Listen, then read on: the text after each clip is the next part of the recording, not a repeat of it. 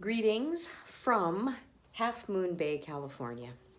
Never even heard of this place before, but that's where the holistic vet is, so that's where I am.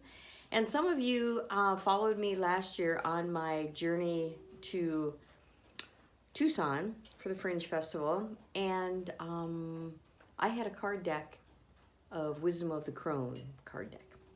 And it was really awesome. And this year I decided to get my Soul's Journey card deck, and I've been picking them every time.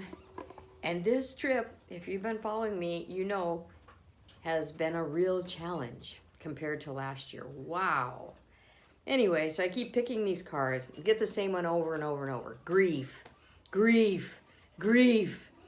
I have experienced a lot of grief, and more recently, I've been studying about the Mankato hangings, where 38 Native Americans were hung in the town where I went to college. And we didn't know anything about it. Nobody talked about it. And the other work I've been doing with Gabor Mate and some other people who are into trauma and addiction, they say that anything that wasn't talked about is in our cells, like it carries on the next generations. And there's something very interesting, because I had a good friend who was African American. He was on Oprah, and he had a book, and he was talking about how we need to get on with it and forget about slavery and just live in the present moment. And at the time, I was like, yeah, that makes so much sense. Then I was talking with a Native American friend of mine back in Esquim on the Olympic Peninsula, and she was telling me about the Mankato hangings where I went to college. And then I learned about Fort Fairmont, and I'm from Fairmont, Minnesota, and the fort was dropped after the Sioux Uprising of 1862. And I'm learning all about this, and Linda, my friend back in Esquim, said, you know, don't worry about it. It wasn't you. And she goes, I have all these Caucasians coming up to me and like saying, I'm so sorry. I'm so sorry. And she goes, forget about it. It wasn't you. But as opposed to the African Americans, where I didn't have the same charge, the Native Americans, when I feel into that, I feel it in my cells somehow.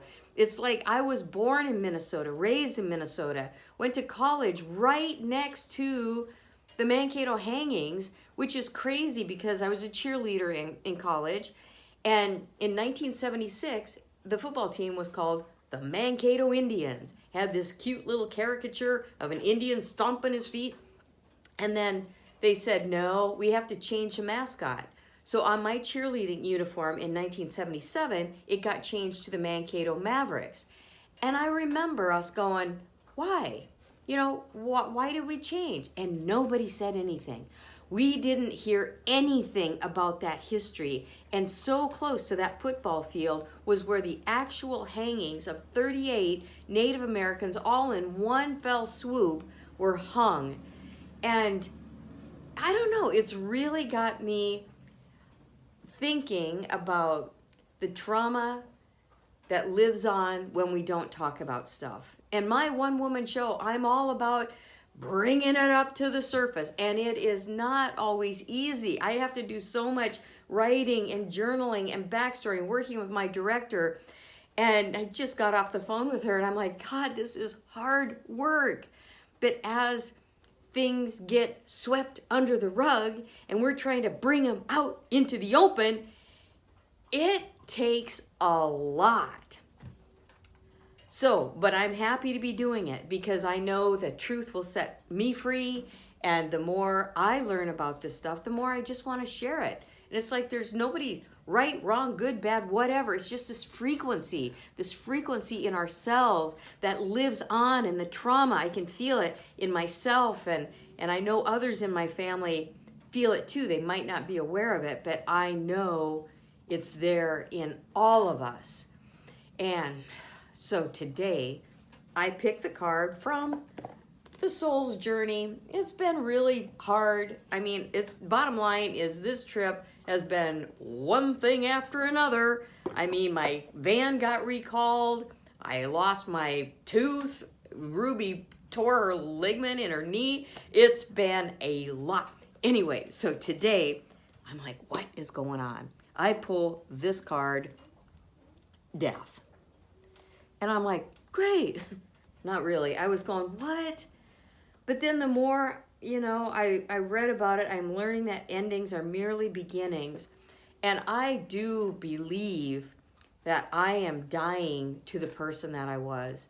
I mean, I don't even know what's around the corner, but that's okay. I mean, something cool, I think, when we go through all of this sorrow, all of this grief, and when we metabolize it and use it like to catapult us to the next level of living, like I have so much more compassion now for people I would have never ever guessed. And I'm happy about that. I wrote down a whole list of things why, what is good about this? And there's a lot when I really look at it.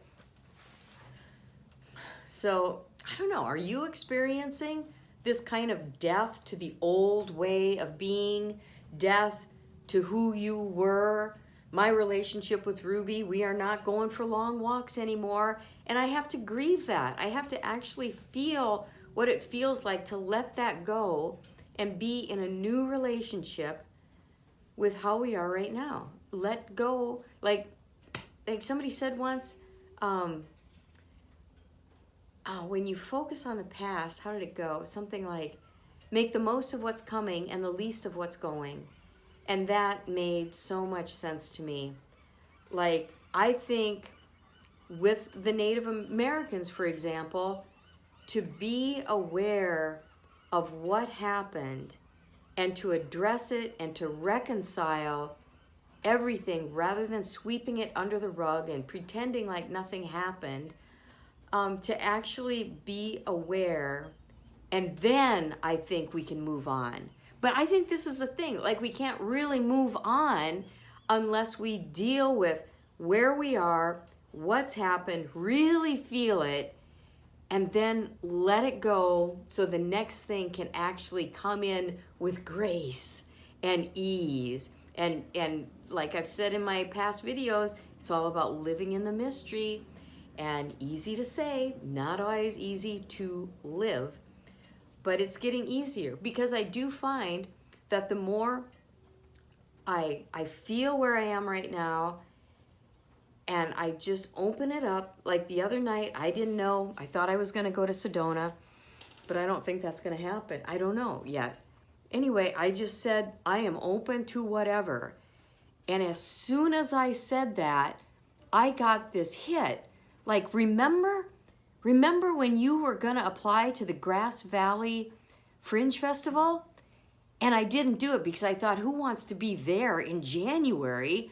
But now I'm kind of stuck here, and I'm like, that would give me an opportunity to work with my coach, my director, who's right here in San Rafael, go up there and just hang out for a while, and then go perform at Grass Valley. So when I called the guy up, he's like, if you can apply it within the next 16 hours, we'll get you in.